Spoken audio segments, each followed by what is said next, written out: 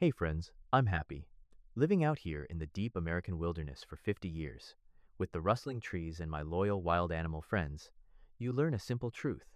Nature is always honest, but humans? They're masters of masks. Today, I'm sharing a wild tale from the concrete jungle of Chicago. It's about Julian, a top billionaire who wore a perfect mask of a faithful husband while hiding a shameless double life. But his brilliant wife, Clara, discovered his secret videos and quietly built her own tech empire to crush him completely. Where are you listening to this story from tonight? Drop your city in the comments below and hit that subscribe button to join our campfire. The chilling wind of late October swept across Lake Michigan, sending sharp, icy rain lashing against the floor-to-ceiling glass windows of the Grand Ballroom in downtown Chicago. Outside, the city's skyline was a blurred tapestry of flashing neon and dark, wet asphalt. But inside, the atmosphere was thick with expensive perfume, clinking crystal, and the thunderous roar of applause. Julian Vance stood at the center of the grand stage, the gleaming gold trophy for business leader for the community, gripped tightly in his hand. At 38, Julian was the ultimate poster boy for corporate virtue. Tall, impeccably built with broad shoulders honed from years of varsity tennis, and possessing a jawline that looked chiseled by a classical sculptor. His thick, perfectly styled chestnut hair caught the stage lights, and his deep blue eyes brimmed with tears as he looked directly out at the crowd. He radiated the kind of smooth, magnetic charisma that made people believe every single word he uttered. He was a man who had built a massive empire, Vance Energy, on the public image of absolute green sustainability and unshakable family values. "I stand here today, not because of my own vision," Julian said into the microphone, his rich baritone voice cracking with carefully practiced emotion that sent a murmur of admiration through the audience. "But because of the anchor in my life, my beautiful, brilliant wife, Clara. Every green meadow we protect, every clean watt of energy we generate, is a testament to her love and her sacrifices. Clara, this award belongs to you." He pointed toward the front table, giving a dramatic, deeply devoted nod that cemented his reputation as America's most faithful, loving husband. Sitting at that front table, bathed in the soft glow of the spotlight, was Clara Vance. At 36, Clara possessed a quiet, striking beauty that didn't demand attention, but completely held it once discovered. She was slender and elegant, with smooth ivory skin and long, midnight black hair styled in soft, glossy waves that fell gently over her shoulders. Her dark, deep gray eyes were pools of perfect calm.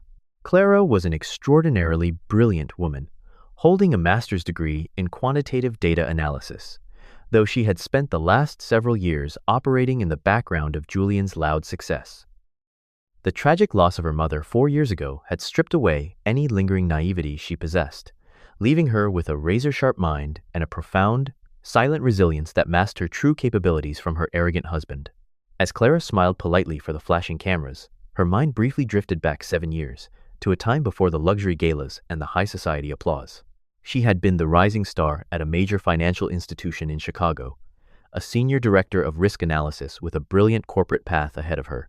Yet, when Julian's early green energy startup was on the verge of collapsing due to chaotic financial mismanagement, she had willingly resigned from her prestigious position. She had spent 3 months of sleepless, exhausting nights locked in a small office, completely restructuring his messy capital flows, designing the financial algorithms, and creating the ironclad investment framework that saved Vance Energy from bankruptcy. She had built the very ground he stood on, only for him to slowly erase her contributions and present himself to the world as a self-made visionary. Later that night, the celebration moved back to their sprawling, minimalist penthouse in the Gold Coast neighborhood. The storm outside had worsened, the thunder rumbling deeply against the reinforced glass. Julian, exhausted and slightly intoxicated from the champagne, threw his bespoke Brioni tuxedo jacket onto a chair, muttered a quick comment about a morning board meeting, and retreated to the master bedroom, immediately falling into a deep sleep. Clara remained in the quiet, dimly lit living room, her thoughts heavy. Walking into Julian's private home office to close the heavy mahogany window blinds, her eyes caught a faint, pulsing light on his desk. Julian had forgotten his personal, high-security iPad, which was currently unlocked and syncing data from the corporate servers. She picked it up, intending to plug it into the charger, when a sudden system notification caught her attention. It was a hidden, encrypted subdirectory linked to the estate's private cloud network, a system Julian thought was completely invisible to anyone but his corporate security team. As she tapped the screen, a massive weight seemed to drop into the room. Sitting quietly on the plush rug beside the desk was Zeus, Clara's 5-year-old Maine Coon cat. Zeus was a magnificent, massive animal, weighing nearly 22 pounds, with an incredibly thick, shaggy coat of silver tabby fur, tufted ears like a lynx, and large, intelligent golden eyes. He was fiercely independent with everyone else, but deeply attached to Clara. Tonight, the giant cat was restless. Zeus walked over to the antique wooden desk drawer, his massive paws scratching persistently against the oak paneling. His golden eyes locked onto Clara as he let out a low, demanding meow. Curious, Clara knelt beside the giant cat and pulled open the drawer. Zeus was scratching. Hidden beneath a stack of old corporate journals was a small, velvet-lined compartment containing a heavy, vintage brass mechanical key. It was the key to Julian's private floor safe.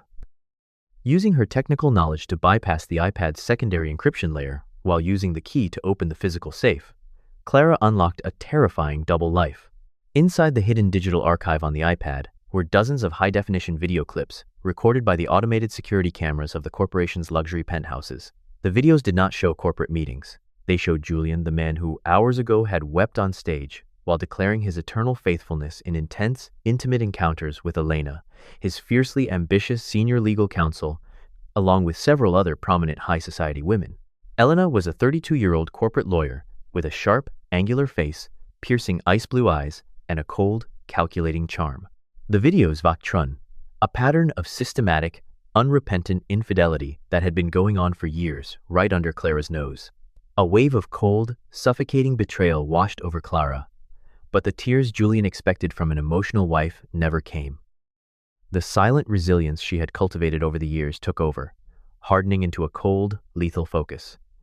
Instead of screaming or waking him to cause a scene, Clara sat at the desk in absolute silence. Her fingers flew across the keyboard with clinical precision. She opened an encrypted, untraceable cloud server she had built for her own private data projects and began downloading every single video file, every timestamp, and every hidden financial transaction document from the safe. She cataloged the entire archive of deceit, securing the undeniable proof of his betrayal. When the final file transferred, she locked the safe, placed the key back, and turned off the iPad screen. The National Golden Boy still thought his mask was perfect, completely unaware that his quiet wife had just acquired the ultimate weapon to destroy his kingdom. The download completed just as the first light of dawn grayed the Chicago sky, and Clara Vance closed the hidden compartment of the desk with a soft, definitive click, her decision irrevocably sealed. Within 48 hours, she initiated a secure, encrypted video uplink to Raymond Finch, the legendary founder of Finch Capital, based in Silicon Valley, California. Raymond was a 55-year-old venture capital titan, a tall, lean man with sharp, hawkish features, closely cropped silver hair, and an intense, calculating gaze that could read an entrepreneur's true intentions in a single glance. He was notorious for his ruthless business acumen, yet he possessed a fierce, old-school code of integrity that made him despise corporate frauds. From the sanctuary of her locked study, Clara presented a comprehensive, highly sophisticated technical blueprint for a revolutionary solid-state battery technology. A breakthrough she had spent 3 silent years independently researching and perfecting while playing the role of a supportive housewife. Raymond, who had built his multi-billion-dollar empire by identifying game-changing innovations before anyone else, was immediately spellbound by the sheer brilliance of Clara's mathematical modeling and the undeniable commercial viability of her technology. Recognizing that this invention would completely render Julian's traditional energy infrastructure obsolete, Raymond did not hesitate, agreeing on the spot to inject a massive $50 million into the initial seed funding round. To ensure absolute secrecy and shield her from Julian's predatory legal radar, Clara established a cutting-edge corporation under the name Nova Tech, legally designating Raymond as the sole registered statutory agent and public representative, leaving her own name entirely off the public registry, while she retained absolute control of the master keys. With the financial and legal armor of Novatech securely forged, Clara engineered her grand strategic retreat from the golden cage of the Gold Coast penthouse. Over dinner the following evening, she allowed her usually pristine posture to soften into a calculated display of heavy, crushing exhaustion, refusing to touch her food as she stared blankly out the window. "Julian, I can't breathe in this city anymore," she whispered, her voice carrying a fragile, hollow cadence that she had carefully rehearsed, looking up at him with eyes that feigned a deep, unmitigated depression. Julian, swirling his expensive vintage wine, looked at her pale face with a mixture of superficial concern and a deep, secret satisfaction, assuming that the psychological toll of her mother's passing had finally broken her formidable spirit and made her completely harmless. He readily agreed when she requested his permission to retreat to a secluded, high-security organic estate and horse farm in the rolling hills of rural Illinois for an extended period of psychological rest. Within 3 days, Clara packed her belongings, placed the massive Maine Coon Zeus into a luxury travel carrier, and left Chicago behind. The moment the wrought iron gates of the countryside estate closed behind her, her feigned depression vanished, replaced by an electric, focused energy as she transformed the property's detached guesthouse into a high-tech command center, deploying encrypted satellite uplinks to secretly direct Novatech's operations and engineer Julian's downfall from a distance. Back in the frantic corporate headquarters of Vance Energy, in downtown Chicago, the first tremors of an invisible earthquake began to surface, though Julian was entirely blind to their origin. Marcus Vance, the 29-year-old high-string chief technology officer and Julian's fiercely loyal cousin, burst into the executive suite with a look of pale, sweaty panic on his face, holding a thick stack of global mineral supply manifests. Marcus was a brilliant but emotionally volatile engineer, with disheveled red hair, a perpetually nervous twitch in his left eye, and a frantic demeanor that completely disintegrated under any corporate pressure. "Julian, we have an anomaly in the global supply chain that could choke our production by next quarter," Marcus stammered, tossing the market analysis reports onto the glass desk. "A massive, highly aggressive shadow entity, backed by Finch Capital, has been systematically outbidding us and quietly buying up exclusive mining rights for lithium reserves in both Australia and Chile, effectively locking down 30% of the raw materials we need for our current battery contracts." Julian glanced at the frantic charts, a cold, arrogant smirk instantly playing on his lips as he dismissed his cousin with a lazy wave of his hand. His monumental ego, fed by years of media worship and his recent community award, blinded him to the danger. He genuinely believed that Vance Energy was an untouchable monolith in the green sector. "Relax, Marcus," Julian scoffed, leaning back in his leather chair with absolute, dangerous self-assurance. "Finch is a venture capitalist, not an energy mogul, and no nameless startup can compete with our infrastructure or my public reputation. Let them waste their millions on unrefined dirt. They don't have the technology to process it, and within 6 months, they'll beg us to buy those mines at a discount." The launch of Novatech's solid-state battery technology hit the global energy market like a devastating, unannounced tidal wave. Operating from her high-tech command center at the rural Illinois farm, Clara authorized the official public unveiling of Novatech's flagship product, a battery cell, boasting an unprecedented energy density that yielded an efficiency exactly 3 times greater than anything produced by Vance Energy. The reaction from the corporate world was instantaneous and brutal. Within 24 hours, all of Julian Vance's major international partners and Tier 1 automotive clients, who had previously felt locked into his restrictive infrastructure, simultaneously triggered their non-performance exit clauses to sign exclusive supply contracts with Novatech. Julian's pristine, award-winning world disintegrated into complete chaos as the frantic phone calls from his board members began to detonate across his mahogany desk, forcing him to witness a staggering 30% of Vance Energy's market value evaporate in a single trading session. In a state of total, unhinged panic, Julian dragged his top engineering team into the central server room, screaming at them to deconstruct the Novatech software and locate a backdoor to exploit its mathematical core. However, the top-tier programmers he paid millions to employ could only stare at their glowing terminal screens in absolute, sweaty helplessness. The impenetrable security protocols and core encryption keys guarding Novatech's platform had been masterfully designed by Clara herself, who knew every single technological vulnerability, algorithmic blind spot, and operational logic that Julian had ever relied on to protect his own network. Desperate to choke the invisible competitor through the court system, Julian stormed into the luxury downtown law offices of his senior counsel and mistress, Elena.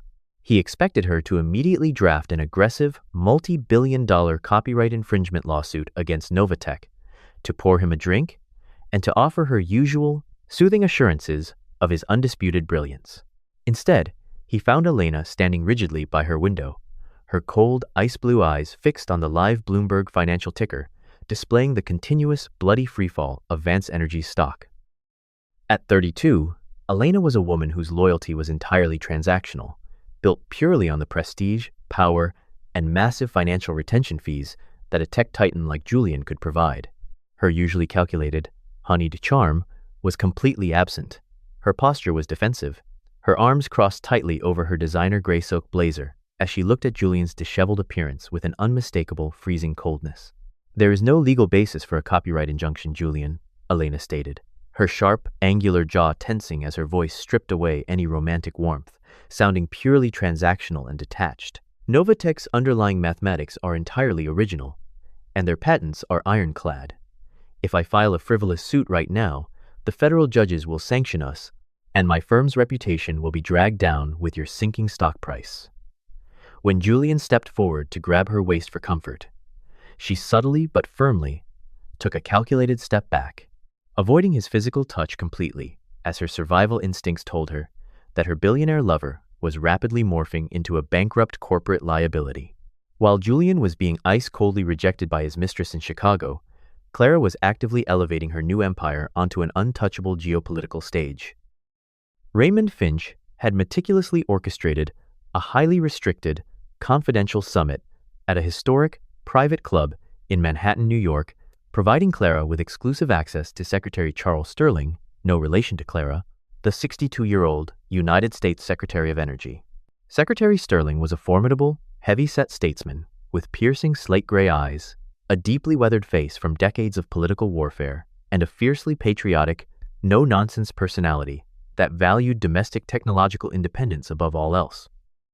Escorted into the sunlit, wood-paneled library by Raymond, Clara presented her solid-state battery architecture to the secretary, demonstrating how Novatech could completely secure the nation's green grid without relying on volatile foreign supply chains.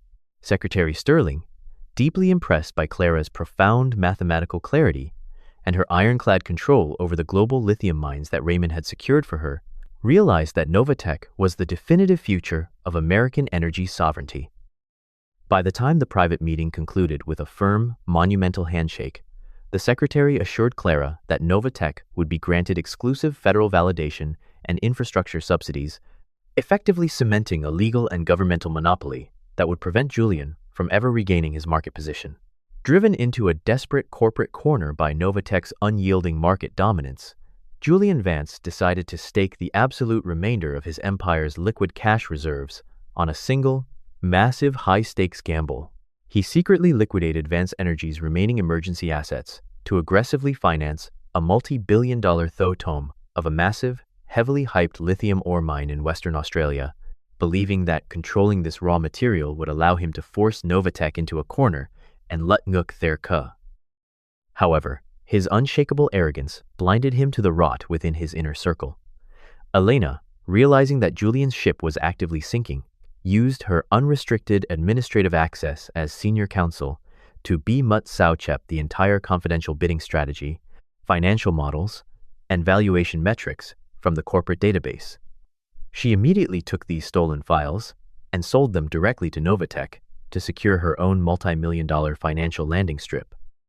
Clara, intercepting the leaked files at her rural command center, did not implement a standard blocking maneuver. Instead, she masterfully used this stolen intelligence to plant strategically engineered fake news and falsified geological reports deep within the industry's digital networks. Her brilliant misinformation campaign painted the Australian asset as a goldmine of pure lithium, which Feo tin jar so effectively that an unsuspecting Julian, terrified of losing the asset, frantically outbid his fictional competitors and bought more Quunk Rong with a heavily inflated, sky-high price tag. The moment the wire transfers cleared, the crushing reality exposed that the mine was entirely depleted of raw materials, leaving the Grand Vance Energy Corporation utterly bankrupted, financially hollowed out and facing an immediate, unmitigated liquidation crisis. The physical and psychological devastation of this corporate double-cross hit Julian hours later when an unexpected courier arrived at his locked penthouse apartment, carrying a plain, unmarked manila envelope sent directly from Raymond Finch. With trembling, cold fingers, Julian tore open the paper to discover a meticulous dossier containing high-definition surveillance photographs, encrypted text transcripts, and bank statements that vouched an entirely separate layer of betrayal. The photographs showed Elena wrapped in an intimate embrace at a secluded luxury resort in Miami, with Trent Vance no relation to Julian, the 50-year-old, multi-billion-dollar CEO of Apex Energy, Julian's absolute fiercest, most cutthroat corporate competitor in the Midwest sector. Trent was a notoriously cold, sociopathic corporate raider with sharp, hawkish features, slicked-back silver hair, and a ruthless reputation for systematically destroying his rivals for personal sport. The documents conclusively proved that Elena had been dating Trent for months, actively trading Julian's proprietary trade secrets, internal client ledgers, and his final Australian bidding plans to Apex Energy in exchange for a massive offshore payday. Seeing the absolute evidence that his fiercely ambitious mistress had treated him like an easily manipulated fool, Julian felt a crushing wave of nausea wash over him. He collapsed onto his leather sofa, completely broken, his insatiable ego thoroughly shattered as he realized he had been ruthlessly betrayed by both his wife and his lover. The final, earth-shattering blow to Julian's identity came the following morning during an emergency global financial broadcast that radiated across every television network in the United States. Clad in a flawless, custom-tailored ivory silk suit that accentuated her elegant, slender silhouette, Clara Vance officially appeared before the media during a live, packed press conference in Manhattan as the undisputed founder, primary shareholder, and chief executive officer of Novatech. Standing confidently at a sleek glass podium flanked by Raymond Finch and Wall Street regulators, Clara's deep gray eyes shone with absolute, unyielding power as she detailed Novatech's strategic acquisition of the global energy grid. The revelation sent a massive, bone-jarring shockwave through the entire American financial community, leaving Wall Street analysts completely breathless as they watched the live market graphs. The realization erupted across the globe that the quiet, passive suburban housewife, who Julian had publicly patronized and privately dismissed as an unbom, was actually the supreme technical genius who had single-handedly engineered the most devastating corporate defeat in modern history. Julian could only stare at his television screen in paralyzed horror, watching his elegant wife receive a thunderous ovation from the global financial elite, completely conscious of the fact that the woman he tried to erase had just thoroughly demolished his entire kingdom. The majestic Cook County domestic relations courtroom in downtown Chicago was usually a place of quiet corporate settlements, but today it was transformed into a theatrical arena of total public execution. Julian Vance sat at the defense table, his face pale, his tailored suit feeling suddenly like a suffocating straitjacket as he stared at the large television screens being wheeled into the room. Across the aisle stood Clara, looking exceptionally regal in a midnight black dress, flanked by Arthur Pendleton, her newly appointed lead divorce attorney. Arthur was a legendary 65-year-old litigation shark, a tall, imposing man with pristine white hair, razor-sharp cheekbones, and piercing gray eyes that possessed a terrifyingly cold, uncompromising composure. Standing at the central podium, Arthur cleared his throat and formally presented Clara's divorce petition, along with an ironclad, multi-layered digital archive that instantly shattered Julian's life. Clara, release all the videos of the infidelity that she had quietly downloaded from his personal iPad during that stormy night in Chapter 1, broadcasting high-definition footage of Julian's secret, unrepentant affairs across the screens for the judge and the press gallery to see. Alongside the visceral evidence of infidelity, Clara noped down containing a meticulous catalog of Julian's hidden corporate tax evasion schemes, offshore shell companies, and fraudulent asset dispersal logs that she had extracted from his physical safe. The devastating evidence caused the mask of the ideal husband Julian completely fell down, incinerating his carefully manufactured public reputation within minutes, and turning him into the most despised target of national media and public fury. Presiding over the case was Judge Evelyn Thompson, a formidable 70-year-old matriarch of the Chicago judiciary, Known for her unyielding stance against corporate corruption, she looked down at Julian with pure, unadulterated contempt and fanquirt. Julian Farboythuing, 80% Tai Sarn Choclara, due to his malicious, egregious violation of the marital contract and his deliberate conspiracy to defraud his spouse. The catastrophic fallout from the courtroom did not stop with the division of personal wealth, as a secondary wave of legal retribution immediately dismantled the remains of Julian's professional empire. Within 30 minutes of the judge's decree, federal marshals, acting on an emergency injunction, placed an absolute freeze on all corporate assets connected to Vance Energy, locking down its bank accounts, manufacturing facilities, and digital patents nationwide. Julian was brutally and publicly laut hor hoidong quan tri of the very company he had claimed to build alone, stripped of his security clearances and physically barred from entering the building by his own security detail. Compounding his terror, a team of forensic investigators from the Securities and Exchange Commission, SEC, launched a full-scale Quoc Diotra, Hinsu, into his fraudulent Series C funding numbers and his highly illegal offshore accounts, threatening him with decades in a federal penitentiary. Julian could only watch and paralyzed, sweating horror as his entire professional existence was systematically dismantled by the federal authorities, leaving him an absolute corporate pariah. While Julian was drowning in his own ruin, his co-conspirator and former mistress was facing her own swift, inescapable karma before the same judicial bench. Clara's legal team ruthlessly fought by Truc the complete network of Elena's hidden offshore bank accounts in the Cayman Islands, detailing the large, illicit wire transfers she had received from Apex Energy in exchange for corporate espionage. Witnessing the undeniable proof of her illegal financial activities, the State Bar Association acted immediately, issuing an emergency decree that permanent revocation of lawyer's license of Elena, completely destroying her prestigious legal career and erasing her standing in the high society circles she had fought so hard to infiltrate. Furthermore, federal prosecutors stepped forward to formally, she was prosecuted for economic espionage and conspiracy to defraud, her hands trembling violently as court bailiffs placed her in handcuffs. Elena looked like a terrified ghost as she was led away toward a holding cell, her ambitious, calculated arrogance entirely shattered as she realized she would be facing a severe federal prison sentence alone, abandoned by the very rivals she had sought to profit from. The turning of the seasons brought an absolute, poetic realignment of power and fortune across the American energy sector. 1 year later, the historic, earth-shattering courtroom execution of Julian Vance's empire, Novatech, executed a series of flawless, lightning-fast financial maneuvers to finalize its total dominance. Operating under Clara's supreme mathematical guidance, the corporation to acquire all remaining clean assets of the former corporation Julian, including his massive regional power grids, advanced manufacturing facilities, and lucrative infrastructure permits. This masterful integration propelled Novatech into an undisputed position, officially becoming North America's largest green energy company and cementing Clara's status as a global pioneer.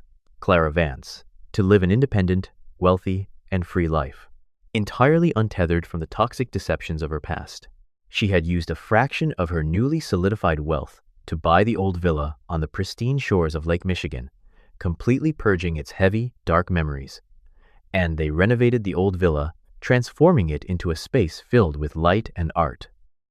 The minimalist, sterile concrete was replaced by sweeping glass panels, warm oak wood, and vibrant contemporary paintings curated by Sarah Jenkins, her loyal friend and high society art collector, who now spent weekends sitting with her on the sunlit terrace. Clara devoted her immense resources to building a lasting legacy, establishing multi-million-dollar scholarship fund for women in technology to empower young female mathematicians and engineers, while enjoy genuine peace and quiet with family and friends, who valued her for her true, unvarnished brilliance. While the radiant light of success illuminated the east side of Chicago, the dark shadow of absolute karma was playing out in a suffocating corner of the city's furthest industrial outskirts. In a cramped, claustrophobic, rented apartment overlooking a noisy, smog-choked rail yard, Julian Vance sat frozen at a cracked plastic table, his disheveled appearance a tragic testament to his absolute ruin. At 39, his once flawless varsity tennis build had softened into a slouch. His thick chestnut hair was streaked with gray, and he wore a cheap, faded flannel shirt as he stared blankly at his cracked smartphone screen. Julian Vance. At this point, only one account with less than $10,000 remains, a pittance that could barely cover his rising legal fees and monthly rent, having been completely stripped of his corporate credentials and blacklisted by every financial institution in the country. The small, stifling room was silent, save for the low rumble of passing freight trains and the judgmental gaze of an old neighbor's dog through the window. Julian looked out his narrow window, his hazel eyes wide with a bitter, hollow ache, as he forced himself to watch a massive, high-definition digital billboard glowing on the opposite highway. The screen was flashing a dazzling, celebratory global advertisement featuring Clara's brilliant, beautiful face as she was named Global Visionary of the Year. A wave of crushing, unmitigated agony washed over him. He realized he had single-handedly destroyed the greatest treasure of his life, the genius, loyal woman who had given him everything, leaving him with nothing but a life of soulless, poverty-stricken obscurity. Back at the magnificent glass and steel headquarters of Novatech in downtown Chicago, the atmosphere was electric with triumphant celebration as night began to fall over the city. It was the formal gala marking the 1 year since the new corporation was established, and the grand penthouse ballroom was packed with international diplomats, Wall Street investors, and top-tier engineers. Clara, standing on the podium of honor, looking exceptionally regal in a custom gown of midnight blue silk, her dark eyes reflecting the sparkling lights of the Chicago skyline. She raised her crystal glass to Neng Lai, Kung Raymond Finch and her elite team of Kat Kung Sud, offering a genuine, confident smiling under the brilliant Chicago sunset sky that was being captured by a swarm of global journalists. The thunderous roar of applause from the crowd was no longer a superficial performance for a cheating husband. It was an authentic tribute to her undisputed intellect and resilience. Later that evening, after the high society guests had departed and the grand mansion on the lake became quiet, Clara walked into her sunlit master study to find absolute peace. The film concludes with Clara holding her cat, Zeus, the massive, 22-pound, silver Maine Coon who was now comfortably purring against her shoulder, standing by the window of the villa. As the giant cat's golden eyes blinked affectionately at her, Clara looked out over the vast, calm waters of Lake Michigan, watching the golden light of dawn break through the horizon, ready to embrace a beautiful and happy future that was entirely, beautifully her own. As we watch the dust settle over the collapsed empire of Julian Vance and see the beautiful new dawn rise for Clara, this story leaves us with a gentle yet profound lesson for our own daily lives. True power and lasting success never come from wearing a beautiful mask or lying to the world. Real value lies in honesty, humility, and how we treat the people who quietly stand by us and sacrifice for us when the cameras are turned off.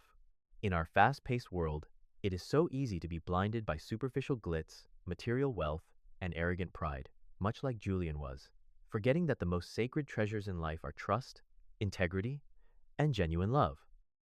When we choose to step on others, break our promises, and use people to build our own thrones, we are only constructing a fragile house of cards that is destined to fall. Let us learn to cherish the silent anchors in our lives, appreciate the true partners who help us grow, and always walk with an honest heart, knowing that the universe has a perfect way of balancing the scales of justice in its own time. If this story touched your heart or gave you a meaningful moment of reflection today, please share it with your family and friends who might need this gentle reminder. Leave your own thoughts in the comment section below, and remember to subscribe to our channel so you never miss our next gathering around the campfire. May God bless each and every one of you, watching over your footsteps, protecting your loved ones, and filling your homes with peace, love, and absolute truth. If you believe in the power of honesty, karma, and divine justice, please type Amen in the comments below to receive these blessings. Thank you for listening, stay safe, and see you next time.